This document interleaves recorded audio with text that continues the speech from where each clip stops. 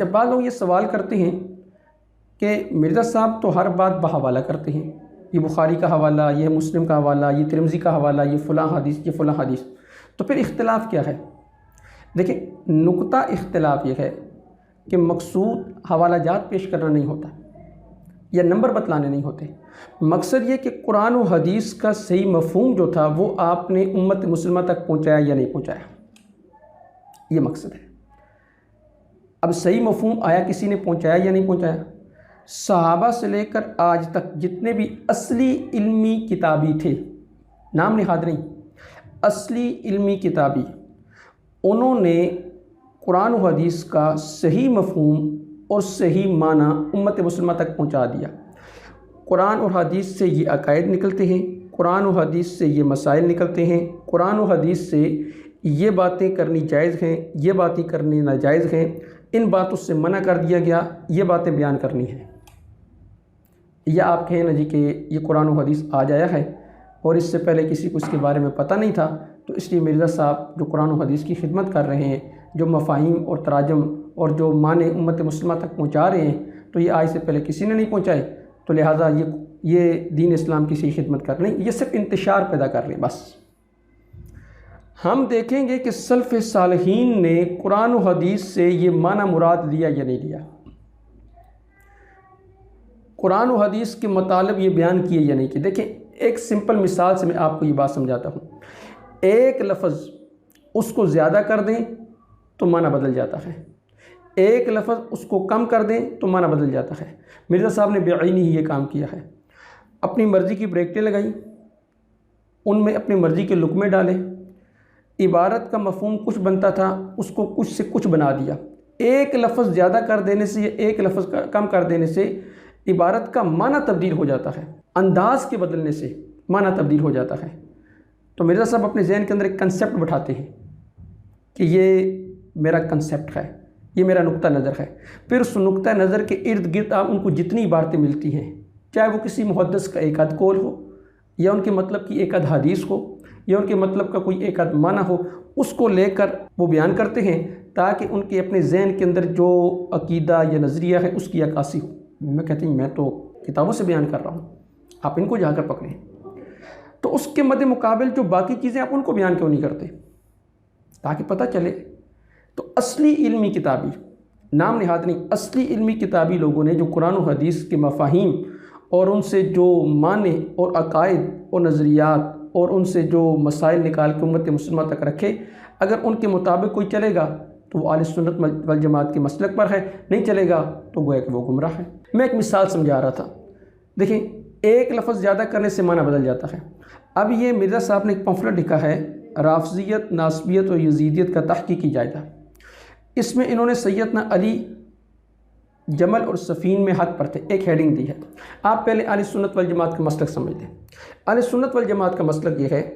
کہ جنگ جمل اور جنگ سفین کی جو بنیاد تھی وہ سیدنا عثمان رضی اللہ تعالی عنہ کے جو قاتلین تھے ان سے قصاص لینا تھا۔ اختلاف یہ تھا کہ سیدنا علی رضی اللہ تعالی عنہ یہ کہتے تھے کہ ابھی قصاص کا وقت نہیں، تھوڑا ٹھہر جاتے ہیں، بعد میں لے لیں گے۔ اما عائشہ صدیقہ رضی اللہ تعالی عنہ اور سیدنا امیر معاویہ رضی اللہ تعالی عنہ کی رائے یہ تھی کہ قصاص فی الفور لیا جائے، اس میں تاخیر نہ کی جائے، بلکہ ان کے جو قاتلین ہیں ان کو فوراً کیف کردار تک پہنچایا جائے۔ یہ اہل سنت والجماعت کا مسلک ہے، اور اہل سنت والجماعت کا مسلک یہ ہے کہ اس سارے نقطہ اختلاف کے اندر سیدنا علی رضی اللہ تعالی عنہ وہ حق کے زیادہ قریب تھے، اور امیر معاویہ رضی اللہ تعالی عنہ اور سیدہ اما عائشہ صدیقہ رضی اللہ تعالی عنہ سے جو خطا ہوئی وہ اجتہادی خطا تھی، اس پر ان کو ایک اجر ملے گا، ان کو ڈبل اجر، ان کو ایک اجر۔ یہ اہل سنت والجماعت کا مسلک ہے جس کو صحابہ سے لے کر آج تک کے اصلی علمی کتابی جتنے تھے سب نے بیان کیا ہے، اس سے کس نے روگردانی نہیں کی۔ اچھا، اب انہوں نے دیا سیدنا علی جمل اور سفین میں حق پر تھے، اب دو بندوں کی لڑائی ہو جائے، آپ ان میں سے ایک کے بارے میں کہیں یہ حق پر ہے، تو لامحالہ طور پر دوسروں کے ذہن میں یہ بات جائے گی کہ یہ جب حق پر ہے تو یہ دوسرے حق پر نہیں ہے، تو گویا کہ آپ نے غیر مخصوص طریقے سے ایک کو حق پر ہونے کا سرٹیفکیٹ دے کر دوسرے کو آپ نے غلط قرار دے دیا۔ جملہ تو آپ نے صرف اتنا سکا کہ یہ حق پر ہے، تو دوسرے کو آپ نے غلط کہہ دیا، لیکن آپ نے زبان حال سے نہیں کہا، لیکن آپ کے یہ ایسا کام کرنے کا مقصد یہ تھا، اور مرزا صاحب یہی کام کرتے ہیں۔ تو ٹائٹل یہ دیا سیدنا علی جمل اور صفین میں حق پر تھے۔ آگے کہتے ہیں قصاص سیدنا عثمان کے معاملہ میں اختلاف رائے کا پیدا ہو جانا ان جنگوں کا اصل سبب بنا۔ اہل سنت والجماعت کا یہی نظریہ ہے، تو آپ کس بات پہ اہل سنت والجماعت کو تان و تشنیع کرتے ہیں کہ وہ باغی یہ جو آپ کہتے ہیں کہ سیدنا امیر معاویہ رضی اللہ تعالیٰ عنہ وہ جہنم کی طرف بلانے والے تھے، باغی تھے، تو باغی تو وہ ہوتا ہے جو خلیفہ کی بیعت کرے اور بیعت کرنے کے بعد اس کو توڑ کے ان کے خلاف علم بلند کر دے۔ سیدنا امیر معاویہ رضی اللہ تعالیٰ تو بیعت کی نہیں تھی ابھی تک، وہ تو یہ چاہ رہے تھے کہ عثمان غنی رضی اللہ تعالیٰ عنہ کے جو قاتل ہیں وہ جلد از جلد کیف کردار تک پہنچے، اور تمام اصلی علمی کتابی لوگوں نے یہی نقطہ بیان کیا ہے۔ اچھا آگے چل کے انہوں نے جنگ جمل بریکٹ میں امیر المومنین سیدنا علی اور سیدنا عائشہ صدیقہ رضی اللہ تعالی عنہ کے درمیان بتلایا کہ یہ جنگ ان کے درمیان ہوئی، اور جنگ صفین کے بارے میں بتلایا کہ امیر المومنین سیدنا علی اور سیدنا امیر معاویہ رضی اللہ تعالی عنہ کے درمیان، یعنی سیدنا معاویہ رضی اللہ تعالی عنہ کے درمیان۔ آگے ایک حدیث نقل کی ہے ابو سعید خدری رضی اللہ تعالی عنہ کی، کہ ابو سعید خدری رضی اللہ تعالی عنہ روایت کرتے ہیں کہ رسول اللہ صلی اللہ علیہ وسلم نے ارشاد فرمایا، آگے بریکٹ ہے کہ میرے بعد میری امت دو گروہ میں تقسیم ہو جائے گی، یعنی بریکٹ امیر المومنین سیدنا علی اور ان کے حامی، اور امیر المومنین سیدنا علی کے مخالفین اور ان کے ساتھی۔ اب مخالفین سے ان کی مراد یہ ہے سیدنا امیر معاویہ رضی اللہ تعالی عنہ۔ آگے چل کے لکھتے ہیں پھر ان دو